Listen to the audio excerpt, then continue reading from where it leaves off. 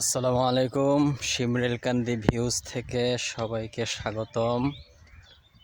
আমরা এখন যাচ্ছি আমাদের শিমরেলকান্দি গ্রামের ঐতিহ্য। বহু আগে থেকে রেনু নামে একজন রেনু কাকা হাড় ভাঙ্গার চিকিৎসা করতেন। তার চিকিৎসা খুবই ভালো, আমি নিজেও তার কাছ থেকে চিকিৎসা করেছি। তো এখন আমাকে ফোন দেয়া হয়েছে কসবা থেকে একজন আসবেন খোঁজখবর নেওয়ার জন্য। রেনু কাকা মারা গিয়েছেন বছর তিনেক আগে। এখন তার ছেলেরা এই চিকিৎসাটা চালিয়ে যাচ্ছেন। তো এই চিকিৎসাটা খুবই ভালো। ব্রাহ্মণবাড়িয়া শহরের রেলগেট থেকে 2 মিনিট পূর্ব দিকে রেল লাইন ধরে হাঁটলেই হবে। 2-3 মিনিট হাঁটার পরে রেল লাইনের পূর্ব পাশেই লাগোয়া তার বাড়ি। আবার কলেজ পাড়ার ভেতর দিয়েও আসা যাবে। এটা হচ্ছে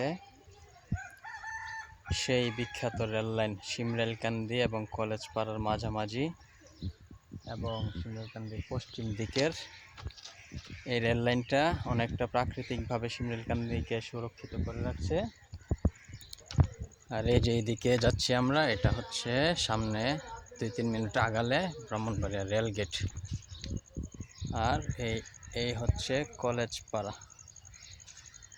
এবং ওইদিকে হচ্ছে ব্রাহ্মণবাড়িয়ার বিখ্যাত কুরুলিয়ার খাল।